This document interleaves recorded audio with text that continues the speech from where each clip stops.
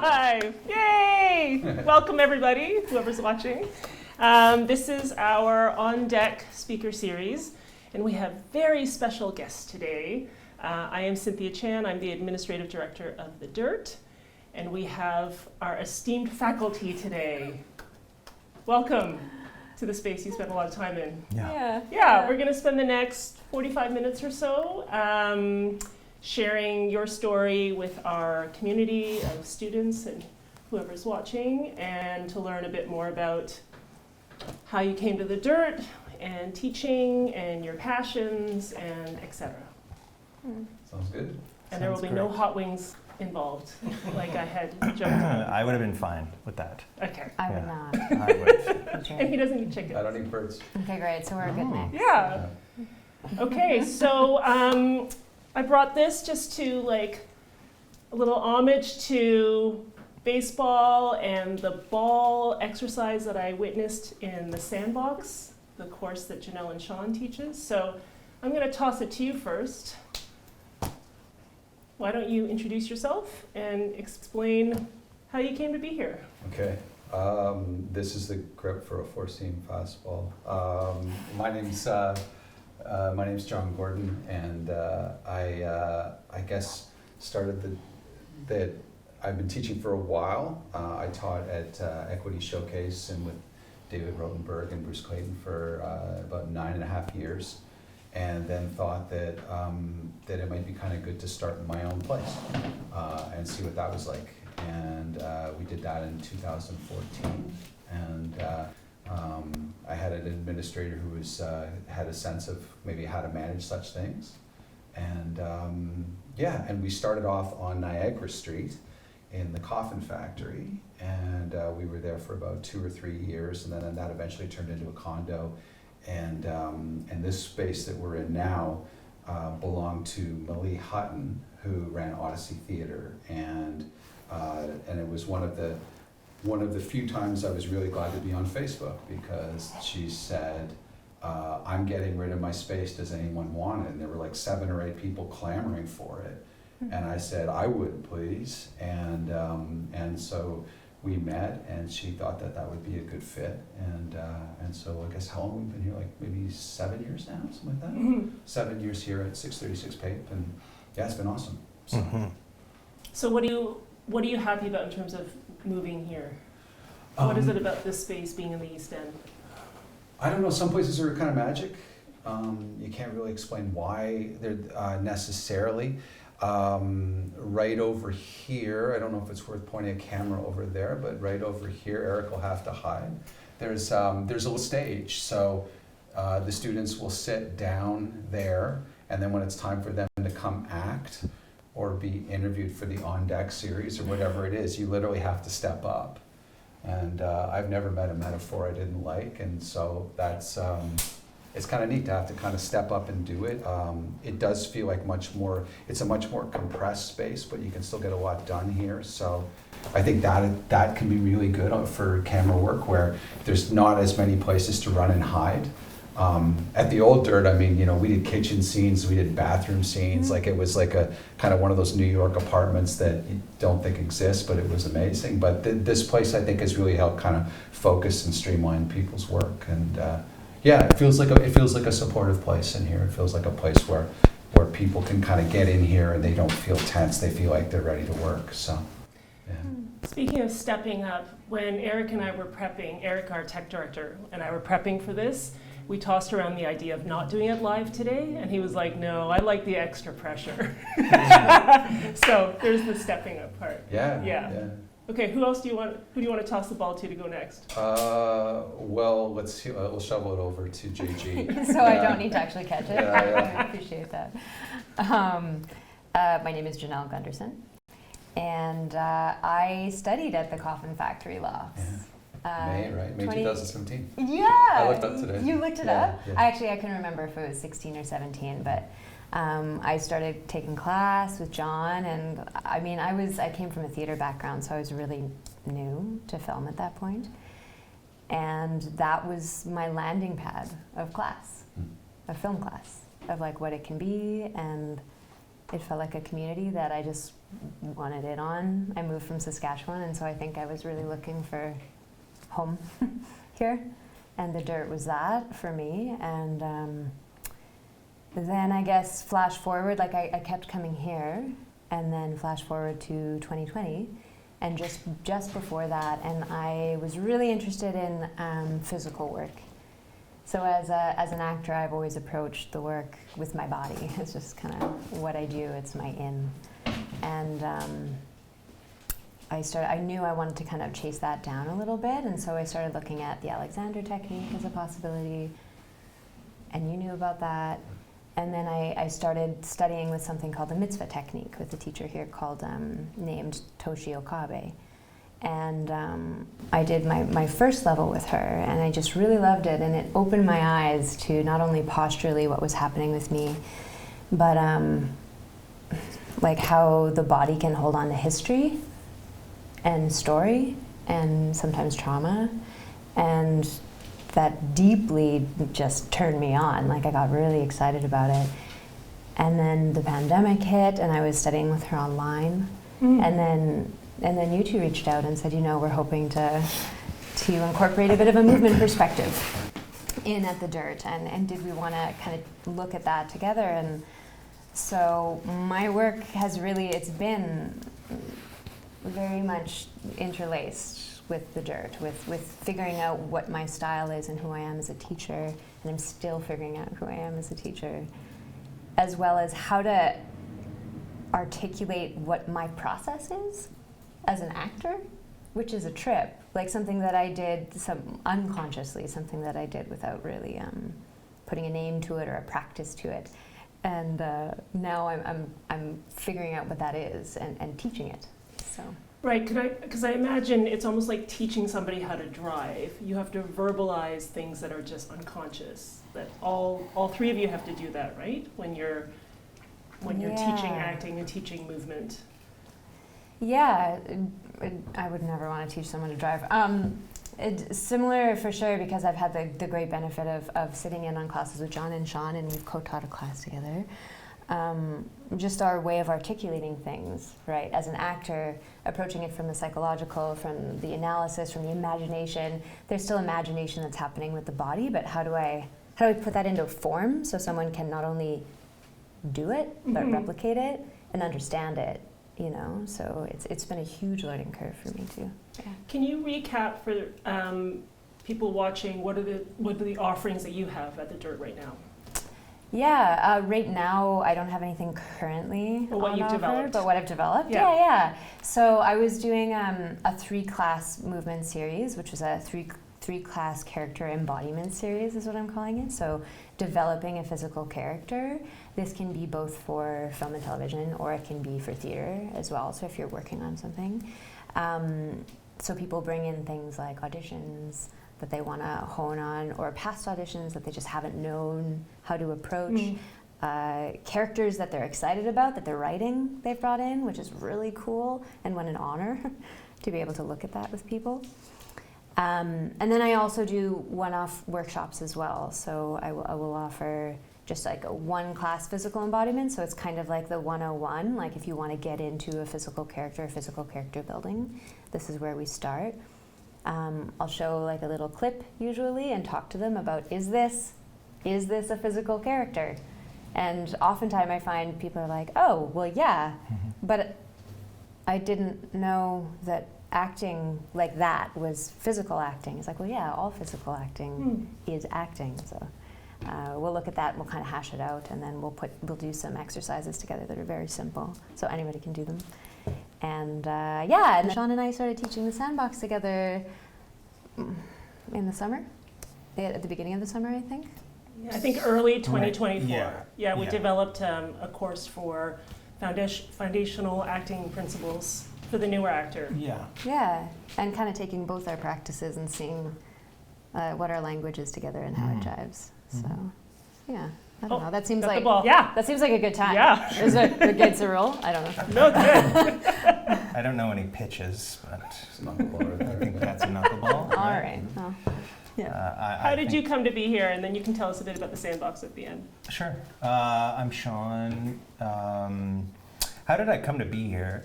Well, John and I's paths kept crossing in a different life in various ways, and then they started to cross again in a better life.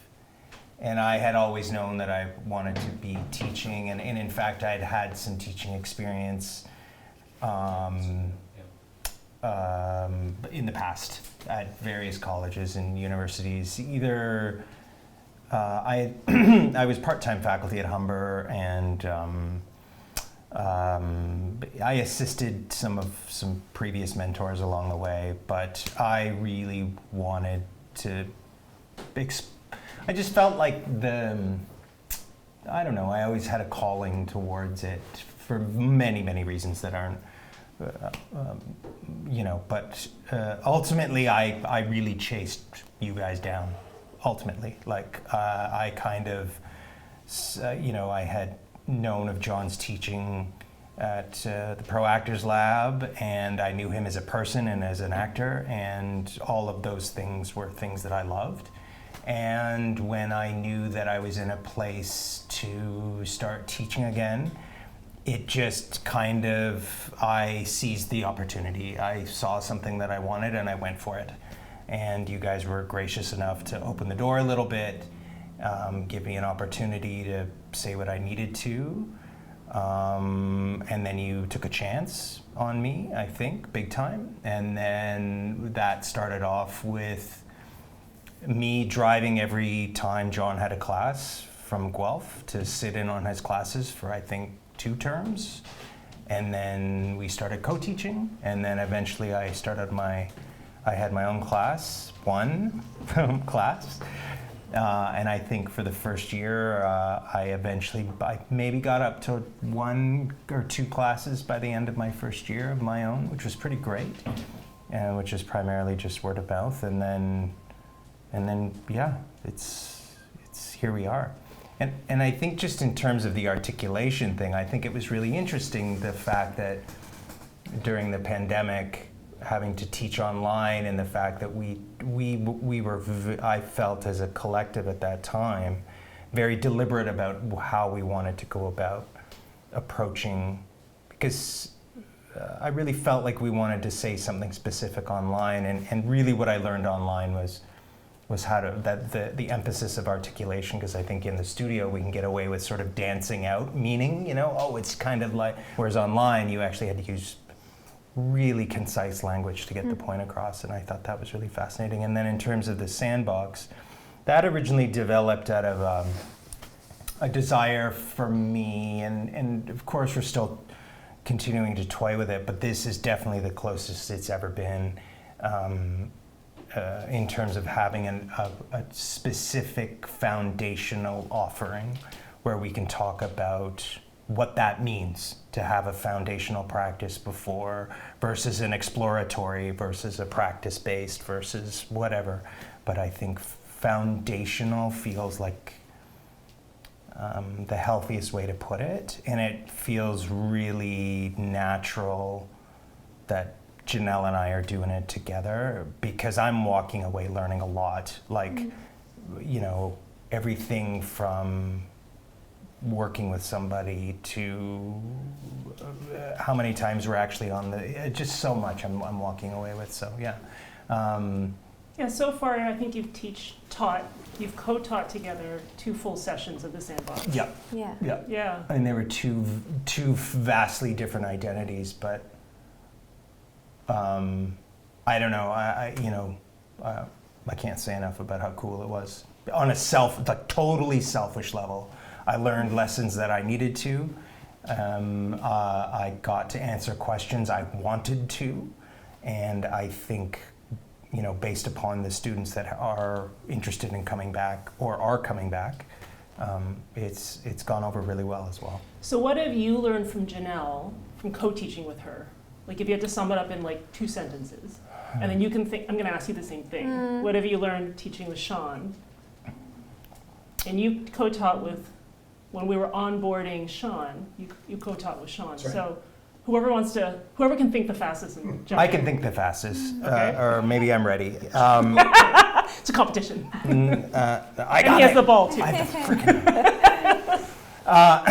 Now, I think what I've learned from Jonelle is not something that I haven't really thought of before, but to the depth that Jonelle sees a person, like just really sees them. And I think one of the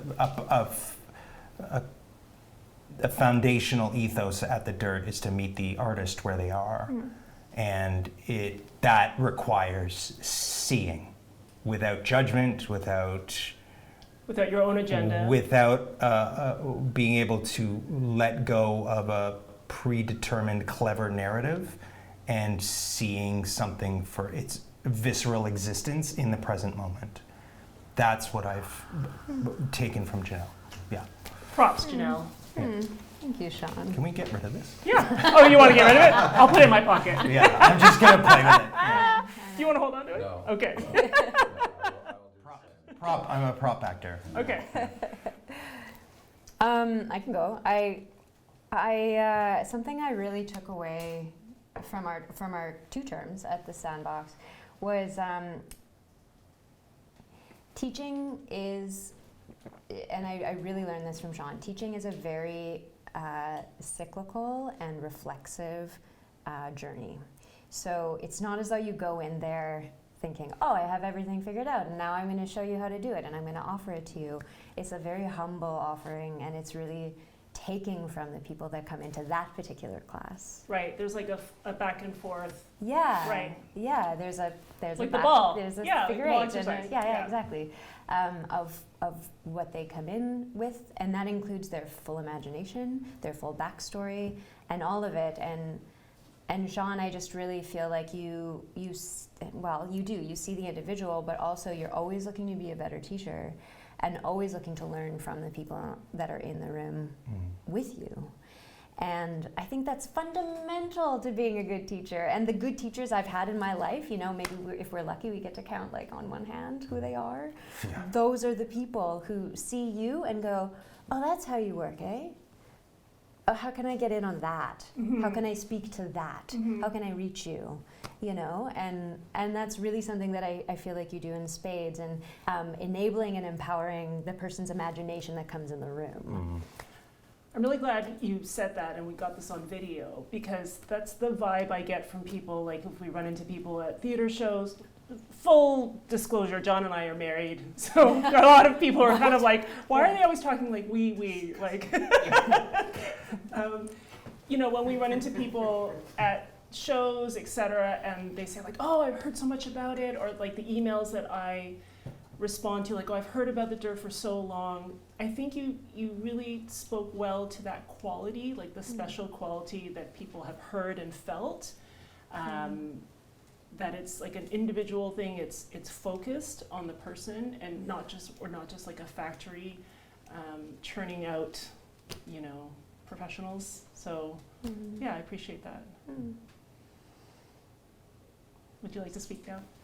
About these two, or about like what co-teaching was, or? Yeah, well, I think I'm curious about like co-teaching, but also like you've done it now for 20-something years. Like, I'm 21, which is crazy. Wow. why do you do it? Why do you keep doing it? Yeah. I I want to know. Yeah.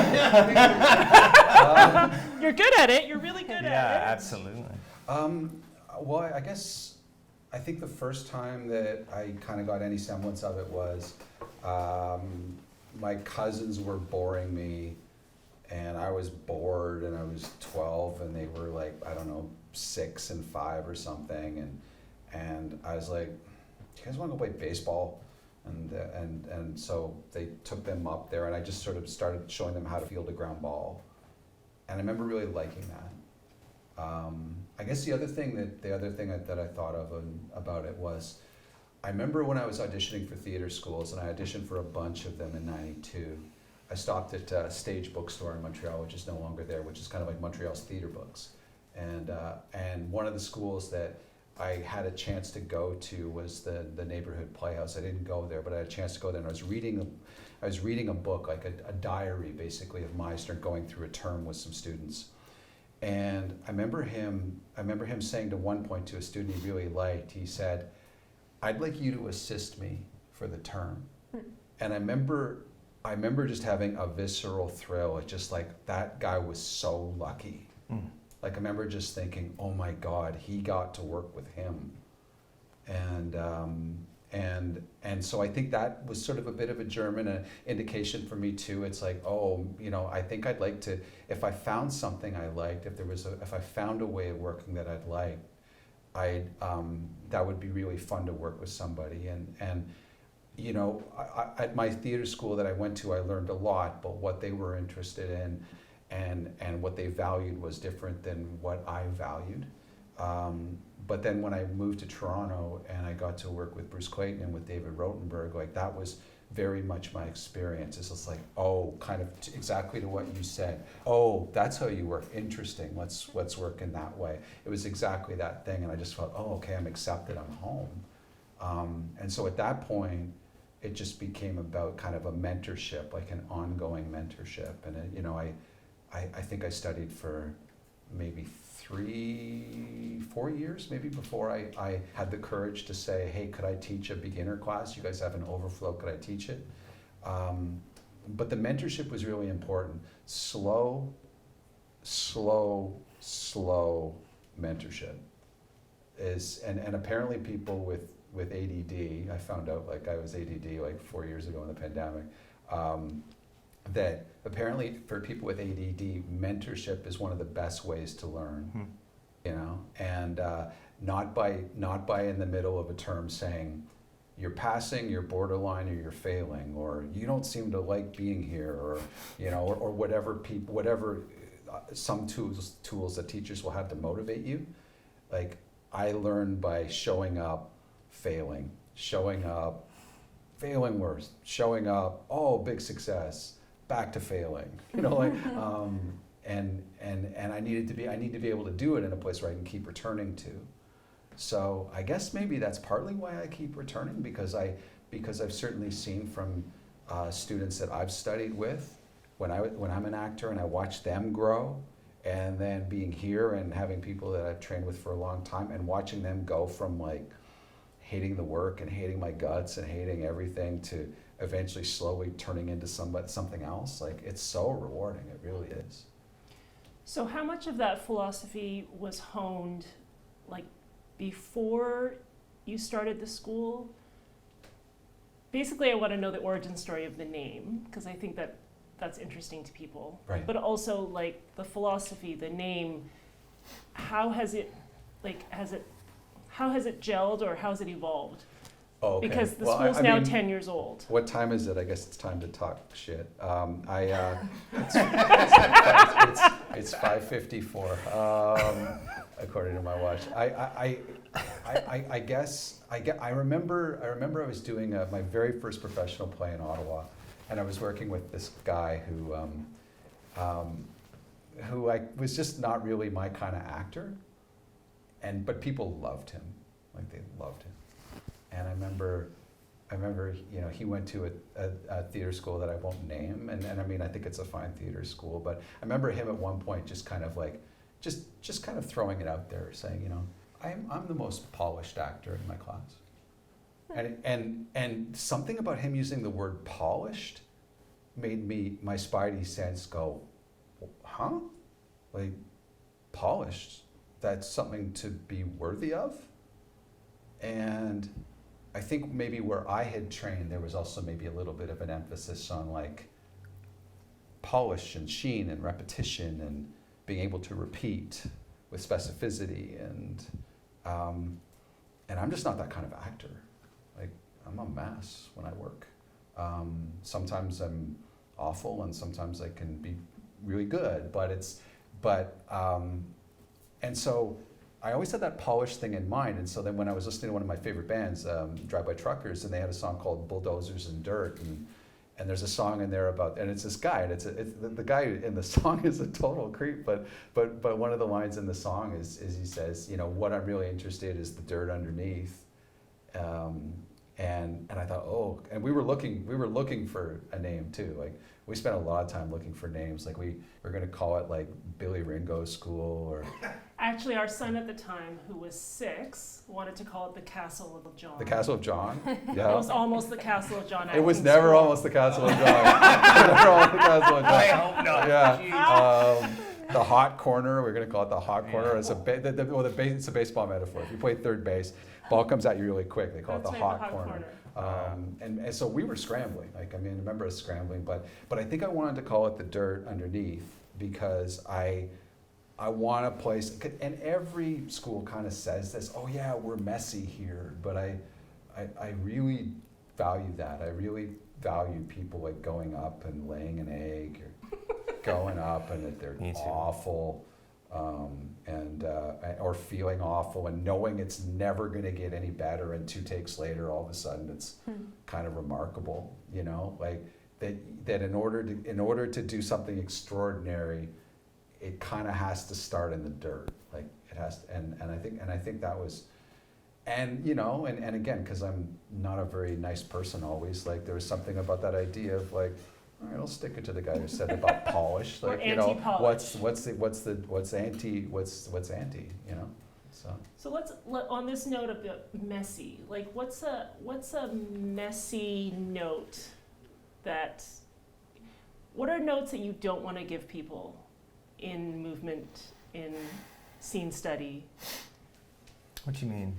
Like what's a note we've received we've received from someone else that we didn't like and then don't want to give them, or what's a note you don't love to give but you have to give sometimes?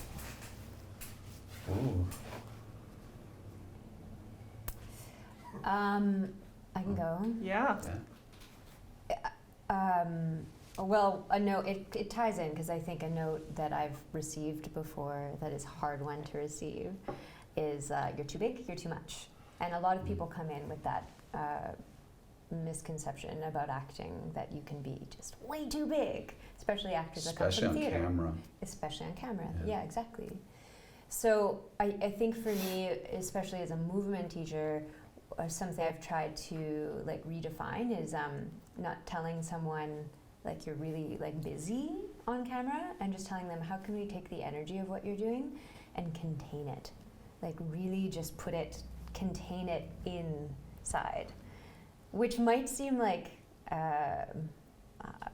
not something that a movement teacher at all should be talking to someone about, is like moving less, but it's actually about taking everything that you're doing, realizing it, and then going and putting it inside. Yeah, I get that. I mean, I understand that because you're saying it's the opposite of amplification. Yeah. Right? Like that it's an inward pulling in that you're but asking the them to do. intensity, in a way, amplification, like the intensity is still there, but it's more directed and focused. And how do people respond to that? No. It comes really well, because what happens is all of a sudden it has to come out in other ways. So it'll still come out. Okay. And it sometimes is on the lines, and sometimes it's in something else that happens physically that's really interesting. That's always way more. I had there was someone in class a couple terms ago who had studies voice and is also an actor, and she talked about how I was really encouraging a student to go with their anger, but what they were doing physically is, as they were speaking, they were like gesturing and gesturing like that, and she said, what if the gestures are towards the person you're talking to and you're not throwing the energy down in a way? What if you take that energy to that person? Whoa, yeah. And that was amazing. Like that was such an amazing thing to me. Like, you know, what if whatever gesture you're doing either moves towards that person or it just feels like it's moving towards them while you're not moving, as opposed to kind of frittering it away and giving it away. Yeah, and I don't know. Sometimes as an actor, like I'll just be like, I'll feel like Dr. Strangelove. Like all of a sudden, like my gestures are here and here, here and here and here. You know, and it's just like, and because they're so energized, but they won't necessarily, I won't kind of use them to kind of think about a gesture that could work towards that other person or towards maybe what I'm trying to do. Right. You Yeah. know? Yeah, which I mean, I've certainly seen from you, like when you've come in and taught and all that, I don't feel like anyone is taking their energy and frittering it away one way or the other. I think I found you've had a great way to help actors do that. That's so cool. Yeah. What other notes you don't love to give, but you do? I think I can speak to a note I refuse to give. So when when I was in my first theater school, because I went to far too many, I had my first theater school, I had a voice teacher. The second voice teacher I had in theater school, Kathy McKinnon, is one of the reasons I teach. She's the head of voice at Stratford now, but she was the first person to say, hey, come and start teaching. Like she was, you know, that person that John was mentioning from that Miser book. She was that to me. She was my voice teacher in my first year, so she's definitely, and Peter Bailey that's his mentor as well. But the voice teacher I had previously would start every single note, okay, you're not. And I would not hear anything after that. All I heard was, I am not. Okay, you're not. Every single note she gave started like that. You're not doing this, you're not doing that. Yeah, I mean, you didn't, I mean, yeah, okay, you're not, you know what you're not doing is this. And it killed me. You know, I think a huge part of the reason of why I wanted to coach was because I think you can get so much done by encouragement. And there was huge chunks of my training where I never felt encouraged. I never felt like, I just felt like I was on a chopping block the whole time. Because my school accepted 42 and graduated 12, you know, so every single semester.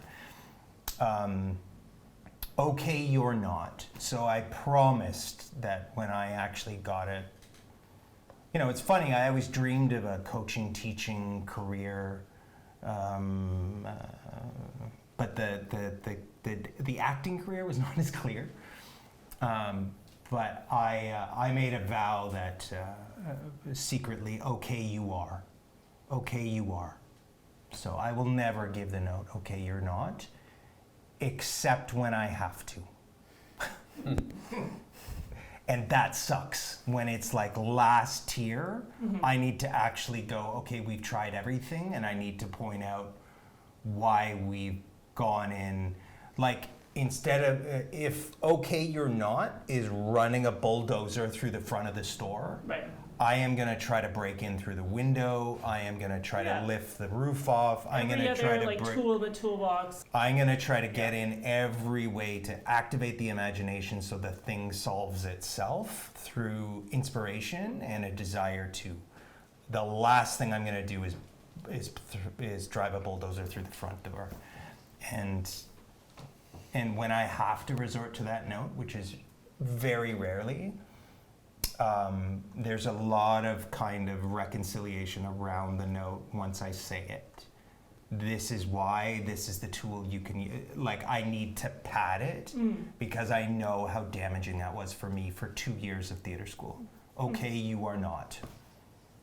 Interesting. Yeah. So, yeah. Would you like to share one? Or your favorite one? Oh boy. I'll try to tell you. All right, so here's how it would work. All three of us are sitting right here. And the one who is most alive gets to stay on. Everyone else has to sit down. And so we'd have to do something physically without words to keep ourselves alive. And then eventually the teacher would say, from the audience or wherever, would say, you're under level, go sit down. Ooh. Like being voted off the island? You're being voted off the island, basically, yeah. And I think what it did is it just sort of made everyone really physical, like almost like physically aware, doing activities, but for no real purpose, as opposed to like kind of doing stakes acting, like high stakes dramatic acting just for the sake of doing high stakes. That's another one that my mentor, David Rotenberg, was really big on. He hated that term, you know. Stakes. Needs more stakes. And I mean, I think you can say, I think this is more important to you. I think this is more important than what you're giving it, or here's why it's more important to you. But the minute that someone says needs more stakes, Jonelle, needs more stakes, Shaun, or needs more stakes, John, I just feel, okay, well, let me eat the Count Chocula cereal as fast as I can, and then I'm hyper and I go really fast. And act hard. That's what I noticed. Yeah, that's a great way of putting it. Yeah, it's act like hard. Yeah, when people say, it took me a long time to figure out actually how to use the word stakes, because that's all that would happen. It was just an actor would just start acting really hard, and not know why. By turning up a facsimile, an idea of intensity, then they were raising the stakes and not. Whereas if you talk about what importance, we're talking about a human who's caring about something, you know. But I would agree. What comes up over and over again in class? Like, are there common themes? Because on an average week, you're teaching 2 to 3 different scene study, camera scene studies, right? Yeah. So, what do you find yourself saying over and over again? Are you breathing? Are you breathing? And I mean, when someone tells me to breathe, I remember Shaun coaching me on a self-tape, and I wasn't breathing, and told me to breathe. I was so mad at him. Yeah. Because it feels it's a tricky one, because I think as an actor we know we're supposed to breathe, we know, but then the fight or flight response in so many of us is just so conditioned for us not to breathe and bear down. And I think bearing down and holding our breath are really synonymous. So that acting hard. Kind of an acting hard thing, yeah. I remember being in a voice class and that Ray Ellen Bodie taught, who was so important to me as with my process of being an actor and a teacher. And I had kind of an epiphany of that idea of like, I don't have to brace myself for anything or anyone. Like, I can choose to brace, I can choose to add tension, I could choose to do that, but I don't have to. And I think as someone who carries a lot of physical attention, I sometimes feel like, well, in order for me to tell the story, I have to physically brace myself and then kind of shut myself down, which means I'm probably not breathing as much as I could. So I think one thing that I've witnessed in Jonelle is by asking someone maybe to move to maybe think about moving from here or moving from here, or where do they initiate their movement from, all of a sudden people are breathing. So it sort of speaks a little bit to what Shaun's talking about coming at something indirectly. I think we all try to do here is not necessarily go right at a problem.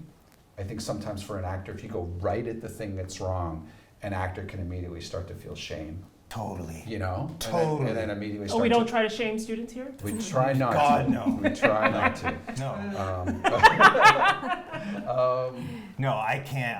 I can't stress enough how important that is, considering how I was trained, and like that is a huge part of my just feeling like you are wrong all the time sucks. When it's like, this is actually my dream and the thing that I care about, why not have some support? Instead of treating it like you have, there's so many teachers, wow, we're talking shit. We're live! I know, I just realized. Fuck it, there's so many teachers who kind of act as if they have the secret, and there isn't a secret. No. There is no secret to acting. It is play, pretend, and make believe, yeah. Okay, so let's take this away from the teaching. Let's think of, I'm really curious about, okay, so the three of you are in a play together, and say none of you are breathing, right? Sorry, not a play, like a film scene. As an audience member, I'm watching it on TV. I'm binging something on my computer and you're in this. If all three of you aren't breathing, what do you think like I would notice as someone who is, you know, I'm around acting a lot, so I know a lot about it, but as like the average person watching the scene, what do you think they would unconsciously notice if the actor's not breathing? They are not breathing themselves. That the characters aren't breathing. No. That No, the they- audience member would actually not be breathing. Oh, and you think that person They would would feel do it. That's how I recognize when an actor's not doing it. It's an intuitive thing. You just stop breathing because part of you. I mean, that's the essence of catharsis, right? You root for something to the point where you feel a part of, and if you invest your subconscious in theirs, then you start breathing like them. And if you notice yourself having to go while you're watching something, then probably the actor's not breathing. What do you two think? What do you think the effect Yeah, is? I think that's really interesting, actually, because that's kind of a superpower if you actually use it to your advantage. Because, like, if you're a character who wants to have that effect on someone, you can absolutely use That's it. so smart. I mean, you said it, but No, I think from a that's smart. physical standpoint, there's like from myself when I get nervous. Yeah, if I shut off and I'm here and I'm actually not dropped in and breathing down, it comes like up in my shoulders and my neck. And I know this because an old neck tension injury has started coming back lately. And when I do self-tapes, all of a sudden I feel this shake at the back of my neck that's not really perceptible to anyone except for me, but it's like a gentle shake. And it's a nervousness, and it's also just like a bearing down, as you say. And it also happens in my eyes. All of a sudden my eyes just go like So hard. then the audience member would notice like hard eyes. hard eyes. Yeah, like Okay. not letting the camera come Okay. into me. It's Okay. just a pushing out. Okay. That's something that Yeah. Rothenberg was very big on, was the idea of ideally trying to working from a place where the eyes were softer while you're in a scene which has a lot of tension in it, as opposed to locking in like that. Now, I think everyone, depending upon who you are or what your physiology is or how you grew up, like, are going to have a different relationship with soft-eyed, hard-eyed. Like, you know, I think every Scottish member of my family, when they get excited, they tell a story like this, you know. So, but yeah, if I'm not breathing, I will.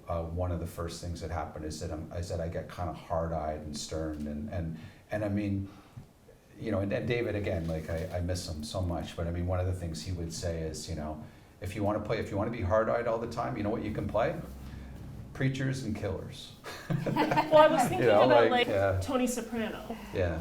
Like he was soft while doing hard things, right? Is that a good example? Yeah, that's a good example. But at the same time, there were moments when he's out of his mind and so close to violence, where his eyes would absolutely get very hard. But it wasn't a default. And I think one of the things that can sometimes happen to actors, if they don't feel safe or they don't trust this process yet, or they don't trust me, or they don't trust the camera person, or they just don't, or they feel like they're not very good at it, they may have a whole term where they're up in their eyes, they're hard-eyed.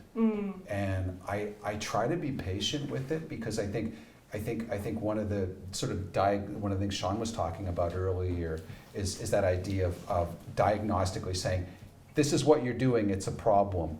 All that does is amplify a problem. So earlier you talked about how it was a bit of a breakthrough when you were able to tell somebody to contain. Like, what are other examples of breakthroughs that you love to see during scene study, theater scene study, sandbox? You know what's really interesting is it's kind of connected. It's actually as me as an actor breakthrough moment. It was in one of your classes where I was playing a very high status character, and John gave me this notion or this idea of relax for power. Because yeah, I think that it was my tendency, and still can be my tendency when I'm playing higher status characters, to like really show that I've got a lot of power. Right. Because I'm 5'3" maybe, and have a lot to prove. But this idea of like, this was before I started teaching physically too, of like, can you sit back in it, and can you see I love to hate, or like whatever it is, to invite in that kind of confidence and power. And as a teacher, as a movement teacher too, I think sometimes people come in and they expect like choreography when it comes to Right. teaching something. Like, how do I show that I'm confident? Right. When it's Like power pose. yeah, fake it till you make it. Like all of these, Right. which are useful and they have a lot of real science behind it. But when it comes to like creating a confident, powerful body, I think a lot the misconception maybe is like throw your shoulders back and like puff. Chest out. Yeah. Right. When it's sometimes a little bit more interesting and more productive to have someone tap into like their sternum, and what happens if that like comes up a little bit and you invite some like upward energy there, and then just see what it does. And then it's kind of like maybe what you two are talking about of like taking like the more indirect way instead of choreographing their body into like a shape, and then they feel like they have to stick there for the rest of the scene, being like, yeah, but what if an energy lives here and it's going up and you breathe from there and it like leads you, and like what does that do to the rest of you? So yeah. Cool. What was the question? Breakthrough. Jeez. I think a breakthrough that I mean, there's an individual experience that I think is really important that I noticed over the past couple of terms from where it's the is that it breakthrough, meaning, oh, it's that easy.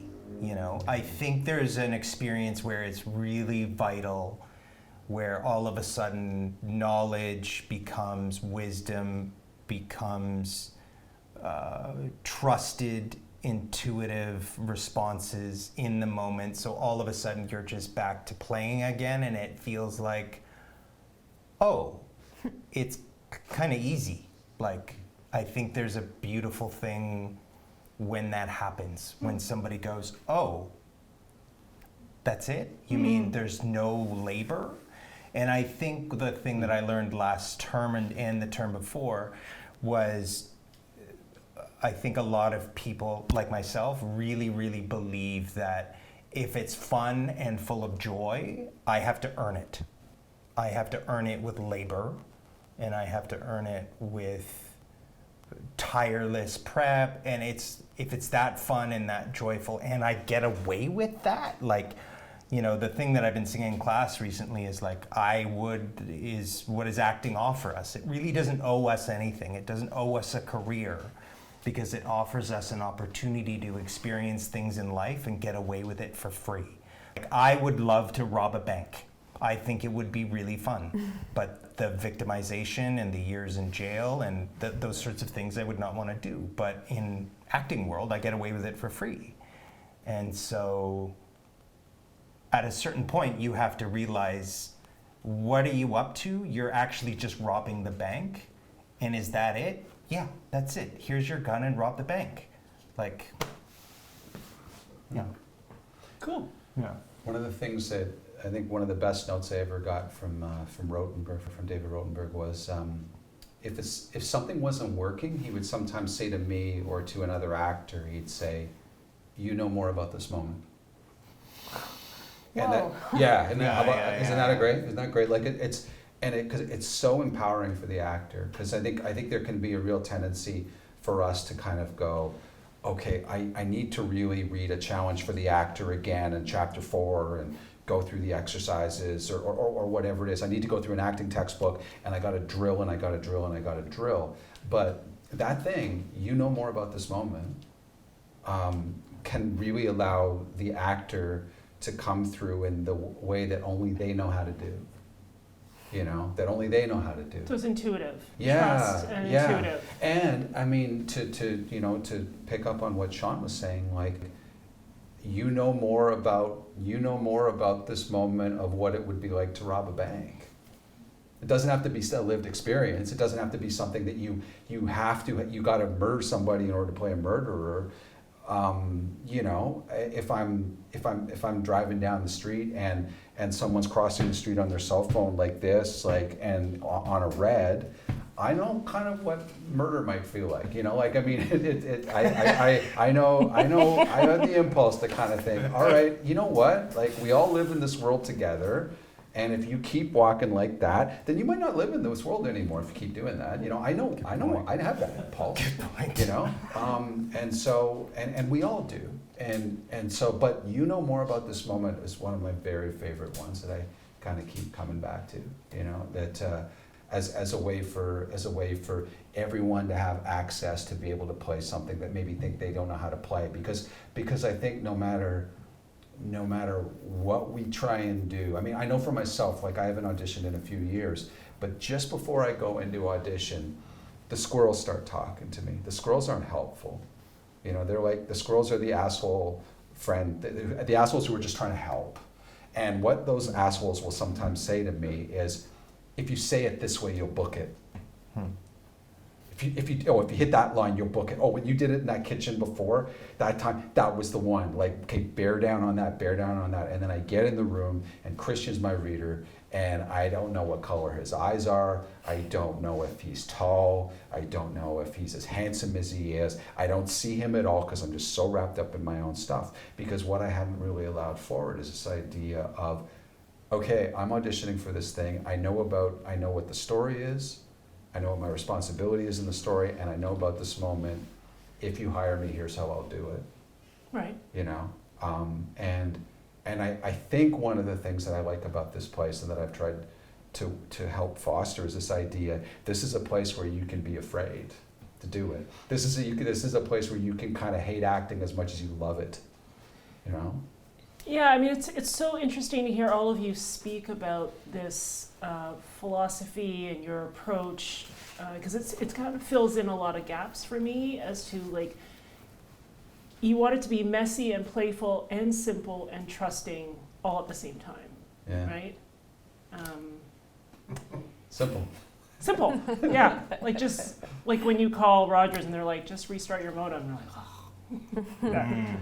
Okay, so let's talk about the student, right? Because you spend a lot of time here, and to make the process as joyful as it can be for you as a teacher, what kind of student do you want to come to the Dirt? What's a great Dirt student?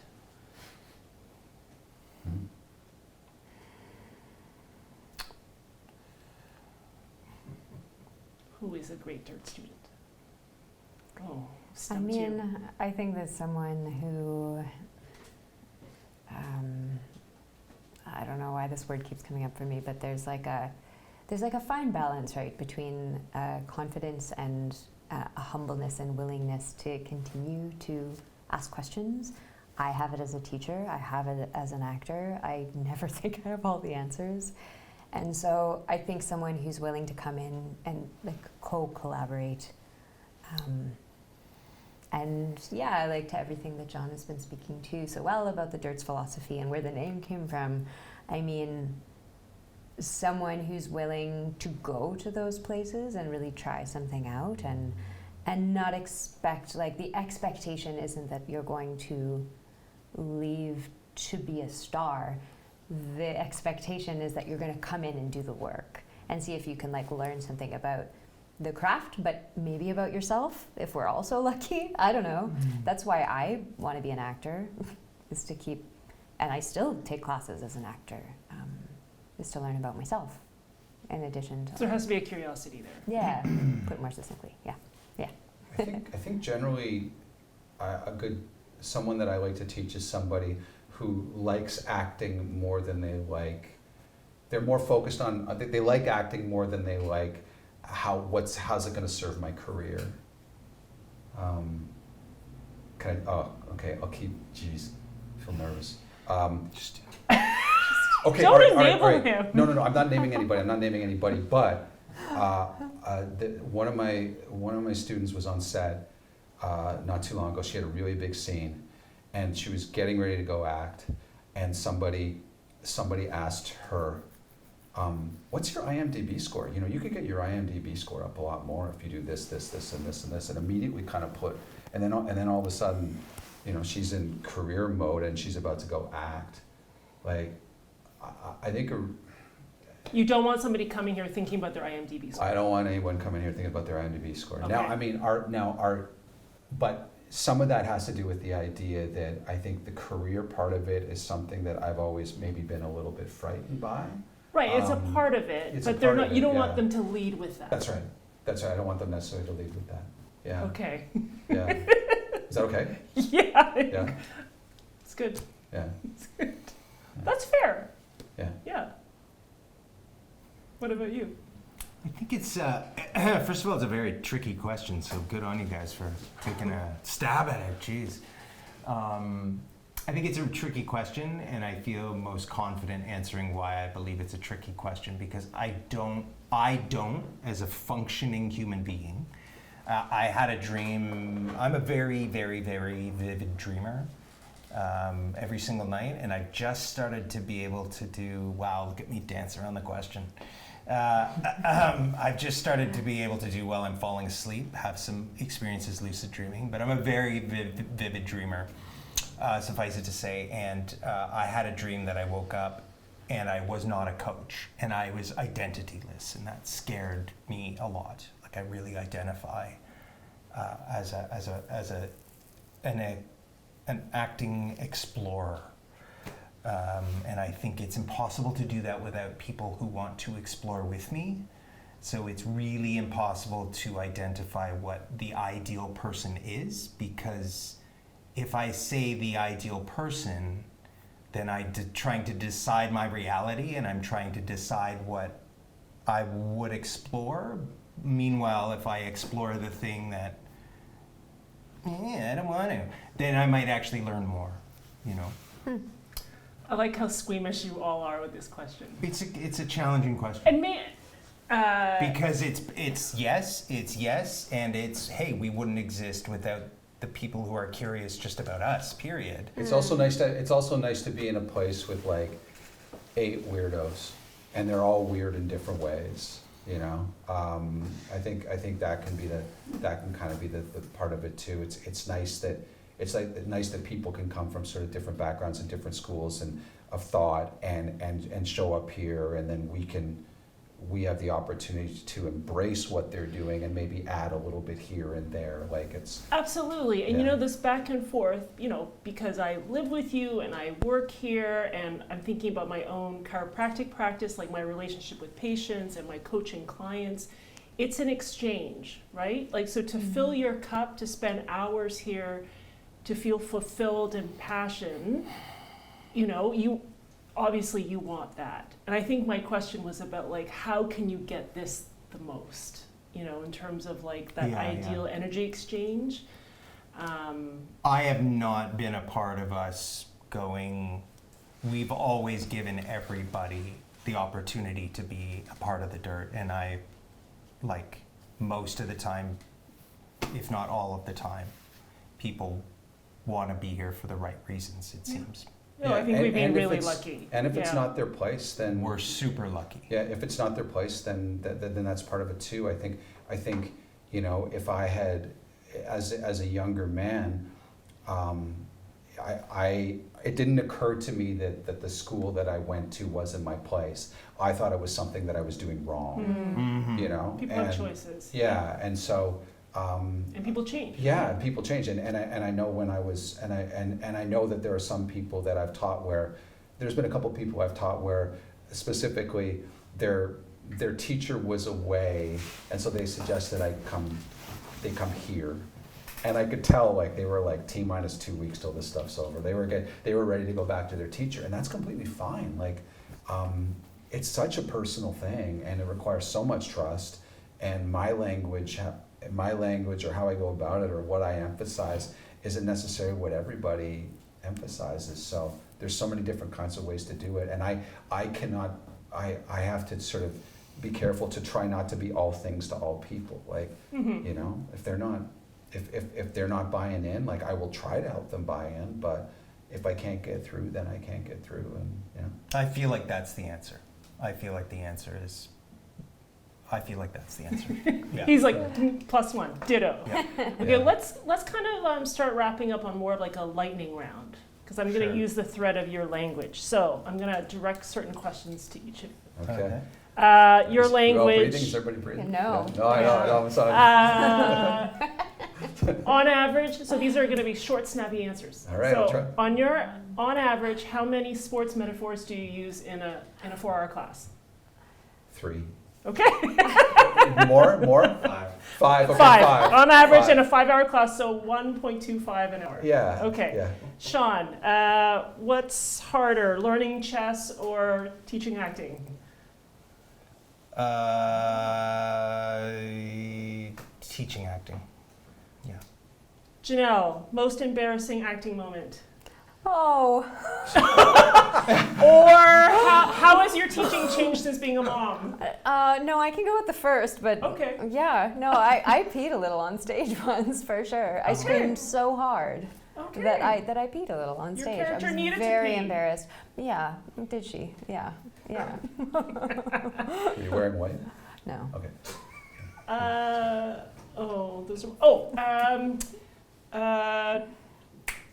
An actor who you are really interested in watching right now, and why? Who am I really interested in watching right now? Riz Ahmed. Oh yeah. Why?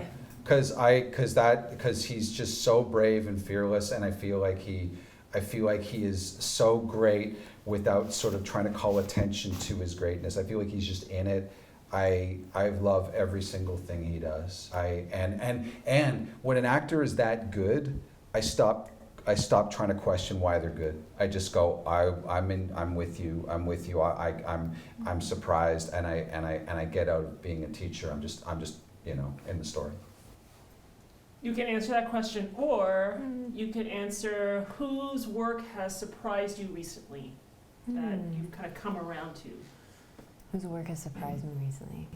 Well, not even that I came around to, but I don't know if any of you have seen Kajillionaire.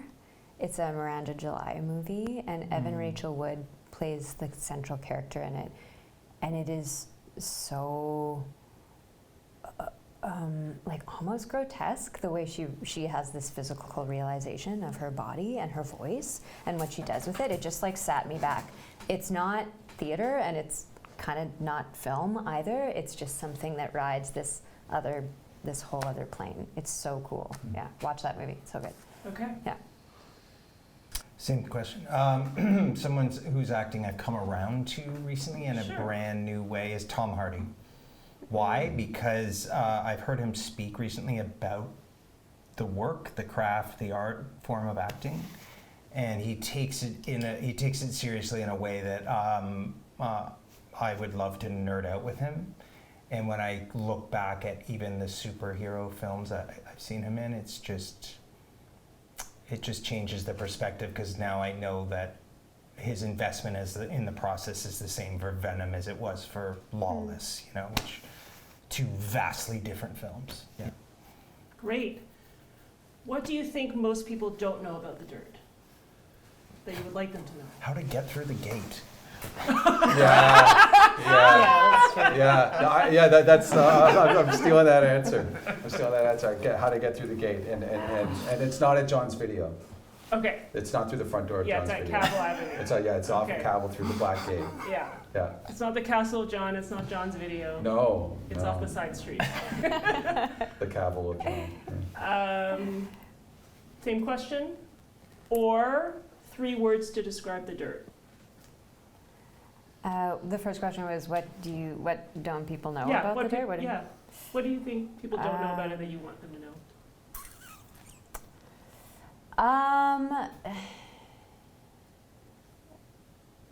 Is that the people that work here care about it a lot?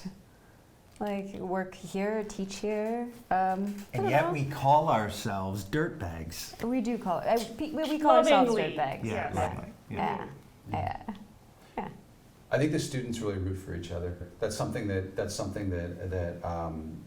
I mean, it sounds like a brag, but I've heard students talk about it. I was talking to somebody yesterday about it as a student who said that it was one of the first places she came to where she came in, she sat in on a Monday night class. No one really knew her. She did her work, and then at break, like, she was driving home, and people were going by her in the bike line, going, "Way to go! That was awesome!" And I think that sometimes it can be competitive. I am not without jealousy and without envy. I have it. I try to do my best to sort of not have it. But as much as we can here, like, and this is actually something that's sort of contentious maybe in, because I was rereading David's book today, you know, ACT is his, which is such a great book. And one of the things he talks about is he says, ensemble. That is bullshit crap, like ensemble. It's not an ensemble. Like, I mean, he was so adamant about the idea that it's not, but we do try to create it here. So like that, and one of the main reasons I think we try to create it here is because like the best thing to me that could happen is that somebody here picks up a camera and says, hey, let's make something. You know? I mean, if somebody books a bunch, great, awesome. But if somebody just says, hey, you want to make something? Yeah, like that would be, for me, that's my dream. Like when people go and pick up a camera and they say, let's make something, that's my very favorite. Time check. Time check. Is there anything else, because now we're over an hour, so before we end, is there anything else any of you really want to tell the community that you didn't get a chance to already? We love you. We do. That's nice. Anything from you? I don't know. Nothing's coming to mind right now. Okay. Let me think. Yeah. Yeah. Well, you know, so things. This isn't just so things can go more smoothly for me. Without an administrator, none of it was possible. So, you know, somebody to get the word out, somebody to do that. Like it's, you know, you're a huge part of this thing. And Thank you. Yeah, and and you know, like 10 years ago, you know, I mean, one of the, and this is something that for all of you, and actually you all probably know it by now, like the worst thing you can say to Sin is if you just want to sort of complain about something but do nothing about it. Okay. She's not your person. You know? So I think I sort of said, you know, I kind of want to start my own place, and she's like, okay, here we go. Wow. You know? And here we go. Yeah, Here we are. Yeah. But and like Capricorn, right? Yeah, Capricorn. Yeah. Raging Capricorn. Yeah. This has been great. Thank you. Thank you. Thank Thanks for you. watching, everybody. thanks, Roger. Yeah. I think people have a really deep, comprehensive view on understanding of your teaching philosophy and what we're all about. And I'm so glad we had this conversation. Great. Me too. Thanks. Thank Bye. you.